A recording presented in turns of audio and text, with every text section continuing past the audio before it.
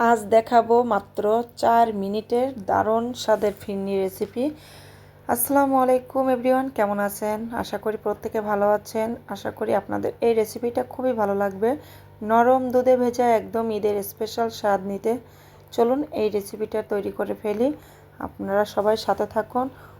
আমি প্রথমে এখানে হাফ কাপ চাল, এখন আমি সোজা চলে যাব চুলাতে। আর চুলাতে গিয়ে আমি একটা ফ্রাই প্যানের ভিতরে কিন্তু কিছু পানি বসিয়ে দিলাম।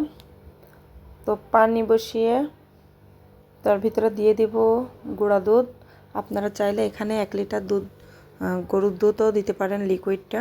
তো আমি এখানে ফুল ক্রিম গুঁড়া দুধটা নিয়ে নিলাম।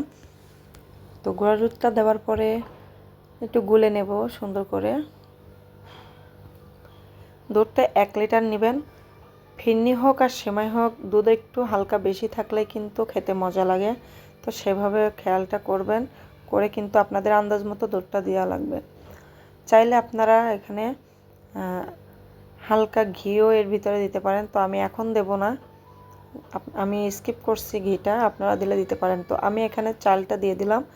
আর এটা মনে রাখবেন, চালটা দেওয়ার আগে কিন্তু চিনিটা দেওয়া যাবে না। চিনি আগে দিলে কিন্তু চালটা গলতে টাইম নেবে। তো আমি এখানে গুঁড়া চালটাই দিয়ে দিলাম।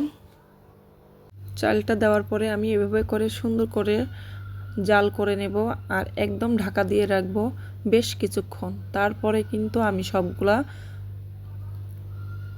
চিনি বলেন আর যাই বলেন, আমি সব জিনিস একটু পরে দিয়ে দেবো।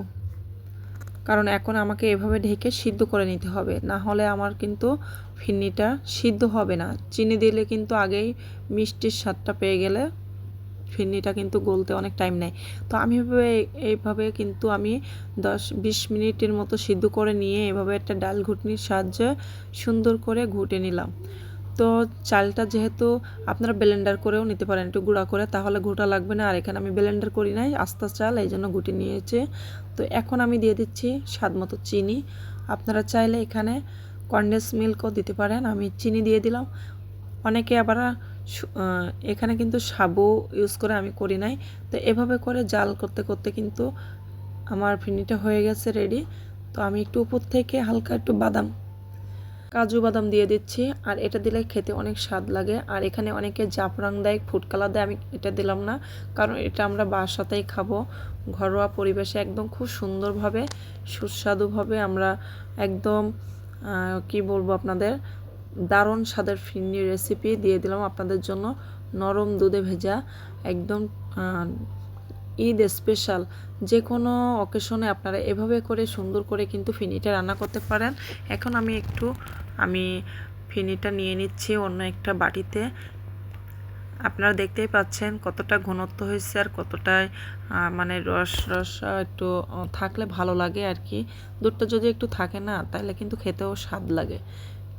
তো যাই হোক, ভালো থাকেন সবাই। আমার ভিডিওটা ভালো লাগলে অবশ্যই